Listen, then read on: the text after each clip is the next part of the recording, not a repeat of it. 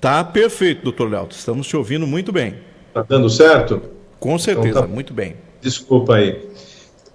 Então, justamente, é nesse sentido que a gente vai agir como médico, no sentido de detectar essa hipertensão ocular, avaliar as consequências que, porventura, elas podem já ter provocado no olho, ou seja, no nervo da visão, na retina.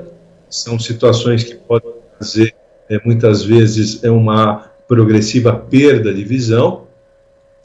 E é justamente fazendo esse tipo de acompanhamento que a gente consegue monitorar melhor a condição da visão, a condição dos olhos, e para isso a gente lança a mão de exames específicos que ajudam a gente a monitorar isso. Por exemplo, nós temos como avaliar o nervo da visão para saber quais são as condições clínicas, qual que é a condição de saúde desse nervo da visão, fazendo, por exemplo, uma tomografia do nervo óptico. São exames modernos, são exames que não requer o uso de radiação, né? São tomografias ópticas que podem ser feitos quantas vezes forem necessárias, sem nenhum risco para o olho, sem nenhum risco para a saúde desse indivíduo. Então, são exames muito importantes. Então, o glaucoma, como é uma doença silenciosa, porque a pressão nesse nível de elevação, em geral, ela não provoca sensação de dor, ela não provoca, no primeiro momento, embaçamento da visão, não provoca, num primeiro estágio, uma perda do seu campo de visão, que a visão ela vai se deteriorando da área periférica para a área central. Então, claro, quando você tem um processo que vai danificando o nervo da visão ao longo do tempo, essa perda visual vai de maneira gradativa, lenta. Muitas vezes o indivíduo que é portador dessa doença não consegue perceber que isso está acontecendo com o seu olho. É que nem a gente, por exemplo, chegar num ambiente onde a gente já conhece e perceber que tudo se encontra da mesma forma. O glaucoma ele vai perdendo essa capacidade da gente desenvolver uma boa qualidade de visão. E é justamente nesse momento que a gente precisa interagir com esse indivíduo, explicar a condição de saúde desse olho, explicar quais são os mecanismos que levam à perda de visão, para que esse indivíduo entenda que ele precisa, de fato, controlar essa doença no seu olho para que ela não progrida. E é justamente o tratamento clínico que vai promover, muitas vezes, uma estabilização da pressão dos olhos e com isso evitar a progressiva perda de visão que pode ocorrer ao longo do tempo. O doutor, o senhor estava falando a respeito das fibras ópticas, né, que nós temos aí no fundo do nosso olho. Eu me lembro de um exemplo que o senhor me deu há vários anos atrás, e eu nunca esqueço dele, que é como se a gente pegasse um potinho de açúcar, né, com milhares de microgrãozinhos de açúcar cristal e despejasse, né? E o glaucoma, ele vai roubando aqueles grãozinhos de açúcar aos poucos, vai levando embora, e a gente não percebe, porque vai passando, muitas vezes ele não tem sintomas, a pessoa não está sentindo nada, a pressão ocular, ela está muito alta, mas às vezes não dá nenhum sintoma, mas quando vai ver, esse nervo óptico já está totalmente comprometido e é irreversível. Por isso que eu sempre faço alerta para a nossa população, para a nossa audiência, que você que recebeu um diagnóstico de glaucoma, ou mesmo você que faz o acompanhamento, recebeu um diagnóstico de glaucoma, não pode, em hipótese alguma, deixar de fazer acompanhamento médico, não é, doutor? Exatamente, Diego.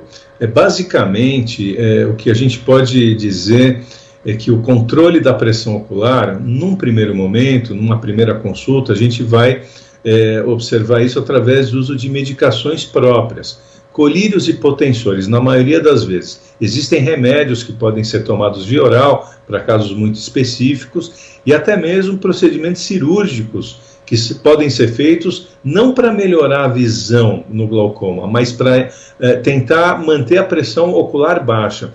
As pessoas, muitas vezes, quem tem glaucoma ou familiares, sempre questionam, puxa, mas não existe uma cirurgia para glaucoma?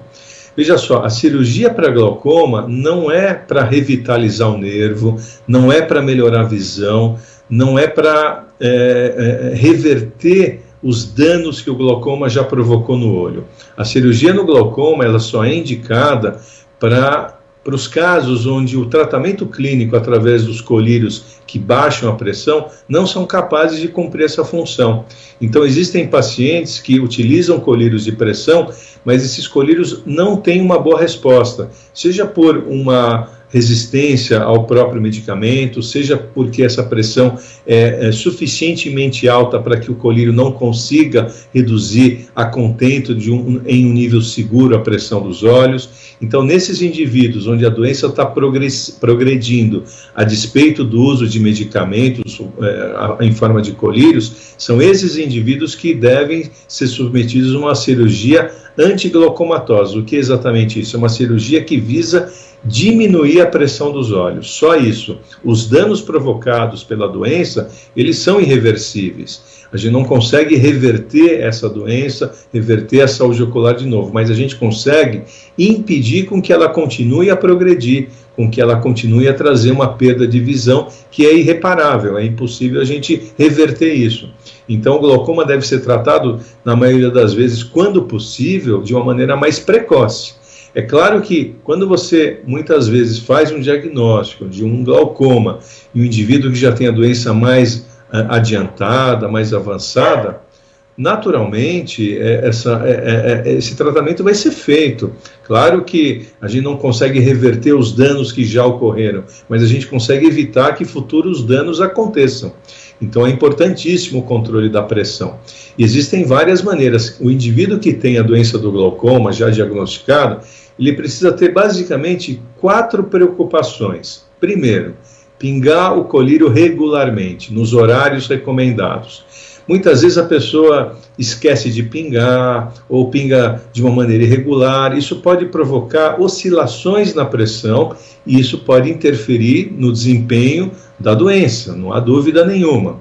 Muitas vezes a pessoa pinga um colírio, Diego, é muito interessante a gente observar isso, e esse colírio às vezes não fica no globo ocular. A pessoa pinga e ele escorre para fora, ou então a pessoa pisca várias vezes, a gota não permanece suficientemente, um tempo suficiente no globo ocular para que ela possa ter uma ação.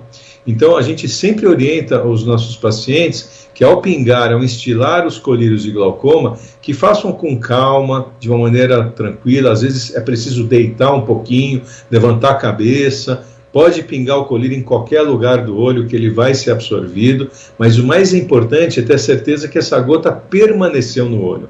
Em algumas situações a gente até recomenda que a pessoa lentamente feche o olho de uma maneira lenta para que essa gota não saia do olho e fique um tempo maior. Isso vai promover um maior controle da pressão, porque esse medicamento ele vai conseguir ser absorvido pela superfície ocular e ter uma ação mais específica. Então essa é a primeira preocupação, pingar o colírio corretamente, nos horários, de uma maneira contínua. Segunda preocupação do indivíduo que tem glaucoma é verificar com o seu médico se esse colírio está promovendo de fato uma redução da pressão. Então ele deve ir ao consultório médico de uma maneira regular, fazer exames rotineiros cada 3 meses, cada 4 meses, depende de cada caso, ou cada 1 mês, isso vai variar muito, o médico que vai determinar a frequência que esse indivíduo deve fazer esse acompanhamento, para aferir se esse medicamento ou vários medicamentos, muitas vezes pacientes usam vários tipos de hipotensores diferentes para alcançar uma redução maior de pressão e saber se essa pressão de fato está bem reduzida. Essa é a segunda preocupação. A terceira preocupação é examinar o nervo da visão no mínimo uma vez ao ano, para que a gente possa entender que ao longo do tempo, mantendo essa pressão que a gente vem aferindo e considerando ela uma pressão estável, uma pressão boa, se essa pressão é suficiente para que o nervo não se altere. Porque às vezes, mesmo a gente alcançando uma pressão que a gente considera boa e saudável, às vezes ela não é suficientemente baixa para impedir a progressão da doença. E o exame do nervo da visão, as tomografias do nervo da visão, são exames essenciais para a gente detectar precocemente se esse nervo está se alterando ou não. Porque no glaucoma, Diego, é muito interessante a gente observar que as alterações visuais que essa doença provoca ao longo do tempo, são precocemente detectadas com as alterações do nervo. Então, quando o nervo começa a se alterar, a gente imagina que essa alteração vai ocorrer na visão, às vezes meses ou anos depois. Então, analisar o nervo da visão é fundamental para a gente entender se a doença está estável. Ou seja, se o nervo da visão, ao longo do tempo, através de avaliações tomográficas, é percebido que ele não se altera, com certeza a visão desse paciente não irá se alterar ao longo de meses, ao longo de anos, por isso é importante esse acompanhamento. E em quarto, é interessante observar que muitos medicamentos de controle de pressão ocular podem ter efeitos colaterais que incomodam o nosso olho. Podem provocar o olho vermelho, podem provocar o crescimento de cílios, podem provocar o escurecimento do colorido dos olhos, podem provocar em algumas situações a gente chama de uma atrofia dessa gordura que a gente tem na região periocular. Não são todos os colírios hipotensores que provocam isso, mas existe uma classe de colírios hipotensores que podem trazer alguns efeitos colaterais. Esses efeitos colaterais, na grande maioria das vezes, podem ser passageiros, podem aparecer durante os primeiros dias, durante o primeiro mês. Em alguns casos, eles são efeitos colaterais crônicos, que não há como você reverter isso. É possível você substituir alguns desses medicamentos, é possível você ajustar medicamentos de proteção da superfície ocular para que esse indivíduo consiga usar o colírio, porque, veja só, à medida que algum colírio começa a trazer algum efeito incômodo na superfície ocular, olho irritado, vermelho, às vezes essa pessoa deixa de usar a medicação em razão desses efeitos colaterais de superfície ocular. E isso não é bom. É preferível, às vezes, um olho um pouco mais vermelho do que uma perda de visão irreversível. Então, em algumas situações, a gente precisa reavaliar. Aqueles indivíduos que, por alguma razão, têm efeitos colaterais muito incômodos em relação aos colírios de pressão, esses indivíduos devem ser reavaliados no sentido de reavaliar essa medicação, observar a necessidade de substituição também dela, ou até mesmo pensar num procedimento cirúrgico quando o tratamento clínico não é possível de ser realizado. Então, existem várias situações que é preciso acompanhar nesses indivíduos com glaucoma. Doutor Léo, tem uma pergunta aqui da Elizabeth Galo. Ela diz aqui o seguinte: boa tarde, Diego, eu tenho glaucoma. Eu uso os colírios todos os dias e sempre faço os meus exames, mas eu percebo que ultimamente o meu olho está ficando um pouco embaçado. Pergunto para o doutor Léo, é normal esse embaçamento? Ele pode ter relação com o glaucoma ou isso não tem relação, doutor Léo? Elizabeth Galo, do Abílio Pedro. Boa tarde, Elizabeth. Sua pergunta é muito interessante, é uma dúvida que é muito comum a muitos pacientes que utilizam medicações ou são portadores de glaucoma. Existem medicamentos que reduzem a pressão ocular que produzem efeitos colaterais, às vezes insignificantes. Não deixam o olho vermelho, não incomodam, não provocam nenhuma alteração de superfície ocular. Mas alguns outros medicamentos, eles podem provocar certa irritabilidade ocular. Às vezes não é nem tanto pelo princípio ativo do remédio. Muitas vezes se dá pelo uso do conservante. O conservante é importante não só para evitar a contaminação do frasco do colírio por bactérias, micro-organismos, mas esses conservantes, em geral, eles ajudam na penetração do princípio ativo na superfície ocular, que isso vai para dentro do olho.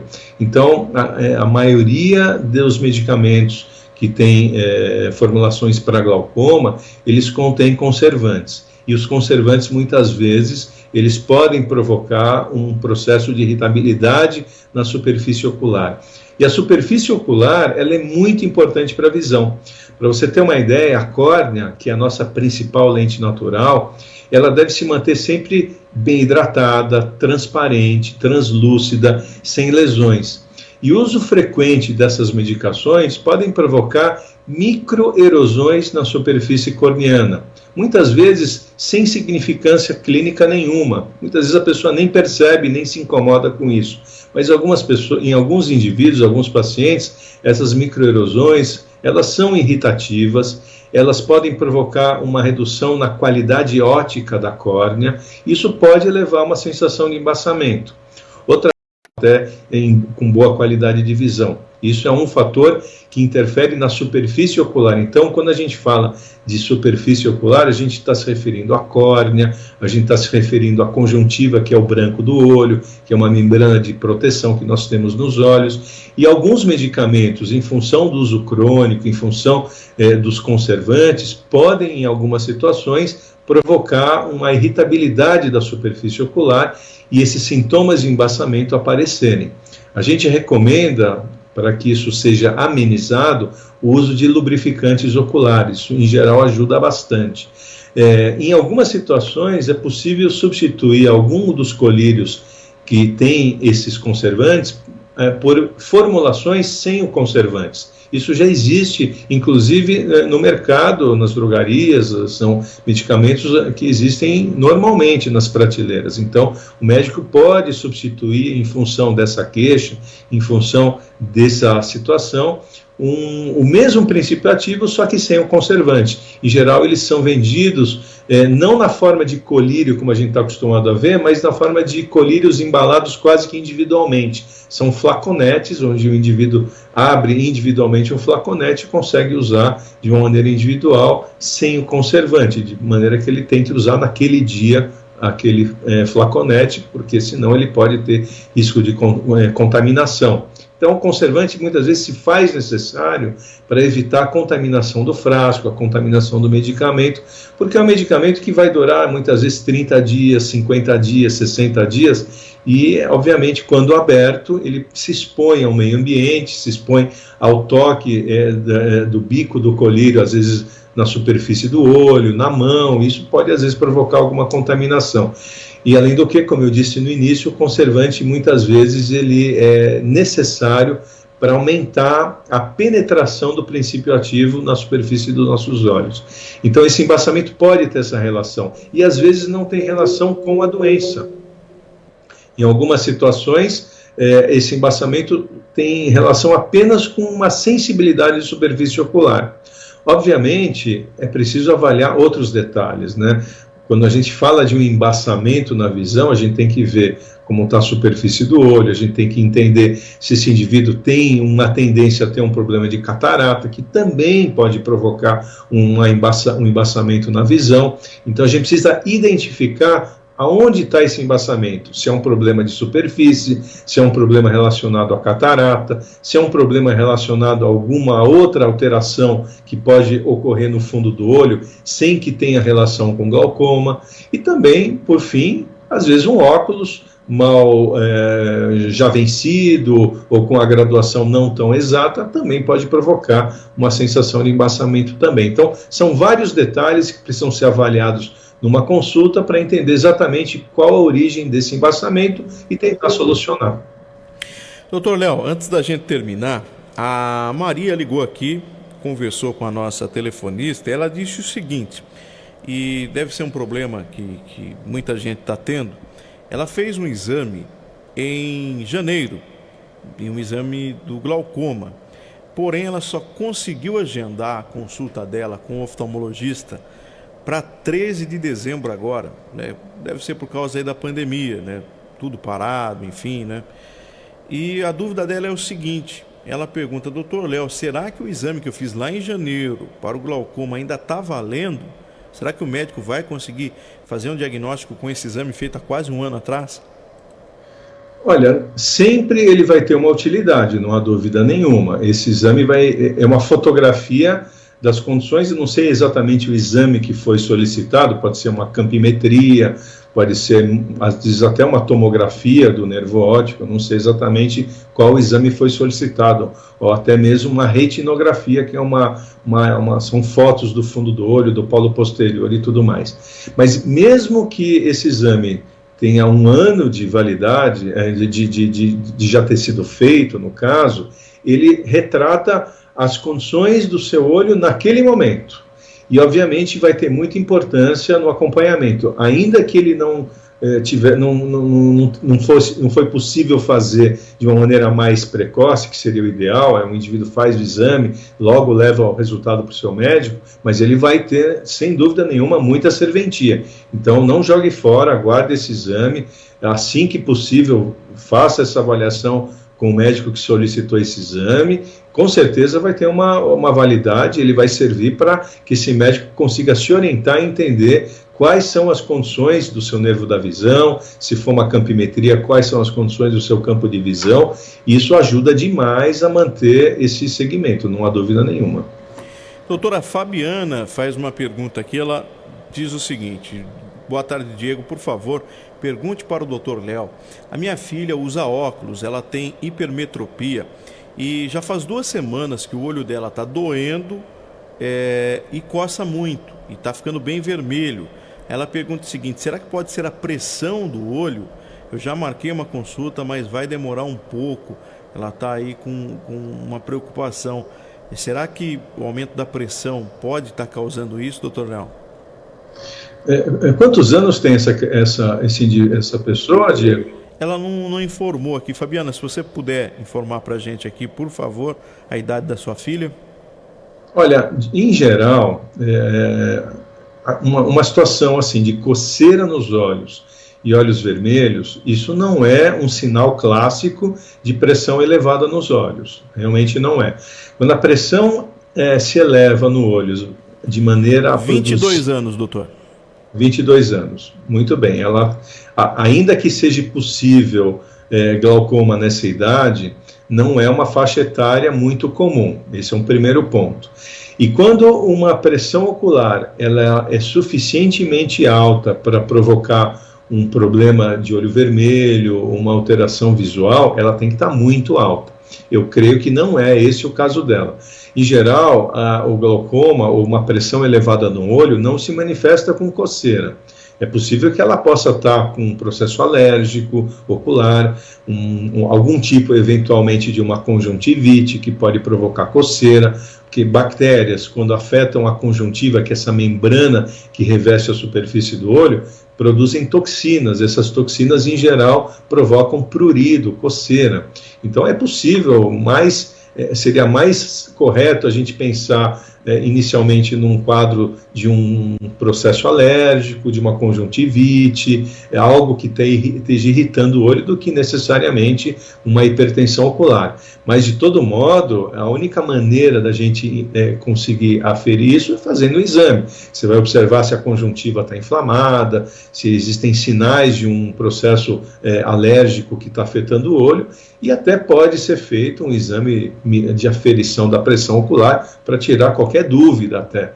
Mas me parece mais um caso de superfície ocular que esteja provocando um processo alérgico, às vezes até uma conjuntivite, do que propriamente um problema de pressão alta ou glaucoma. Não é muito característico esses sinais que você informou de glaucoma, mas é recomendado um exame com oftalmologista para justamente fazer um diagnóstico mais preciso. Inclusive ela informou que a filha dela trabalha o dia todo na frente do computador, então pode ser aí que seja uma irritação mesmo, alguma coisa, ou a dor até pela musculatura, né? O computador, a pessoa muito em frente ao computador, trabalhando muitas horas no computador, acaba provocando muitas vezes ressecamento ocular, às vezes o grau pode não estar suficientemente adequado, isso pode provocar esse tipo de sintoma. Então, são várias situações que podem levar a um quadro desse, não necessariamente um problema de glaucoma. Muito bem. Dr. Léo Rosenbaum, eu quero agradecer ao senhor. E semana passada me deram um puxão de orelha aqui, porque um ouvinte me mandou mensagem depois, falou: legal, o Dr. Léo participou, falou, e eu fiquei com dúvida. E eu queria dar uma ligadinha lá no consultório para tirar uma dúvida com ele. O doutor Léo deixou o telefone dele aí, que eu queria falar lá com o pessoal para tirar uma dúvida. E eu tomei um puxão de orelha aqui no ar. O senhor pode deixar o telefone aí, de repente alguém tem alguma dúvida aí? O doutor quer ligar, fazer alguma pergunta aí para o senhor? Pois não, Diego, à vontade. O telefone do consultório é o 3442 9859. Quem precisar ligar, precisar tirar alguma satisfação, alguma dúvida, por gentileza, estamos à disposição, sim. 3442-9859, então de repente você tem alguma dúvida aí, né? Fala com a Andréia, liga lá, a Andréia vai atender você, ela anota, depois assim que possível o Dr. Léo responde aí para você, é o 3442-9859. Dr. Léo, quero agradecer mais uma vez a participação do senhor aqui no programa e sexta-feira que vem tem mais participação. Isso aí, agradeço a oportunidade aí. Estamos à disposição para qualquer dúvida que seus ouvintes precisarem aí, Diego. Um prazer estar com todos aí. Obrigado pela oportunidade. Esse, o médico Dr. Léo Rosenbaum, falando de saúde aqui no nosso Mix Cidade. A gente vai para o intervalo e volta daqui a pouco com muito mais aqui na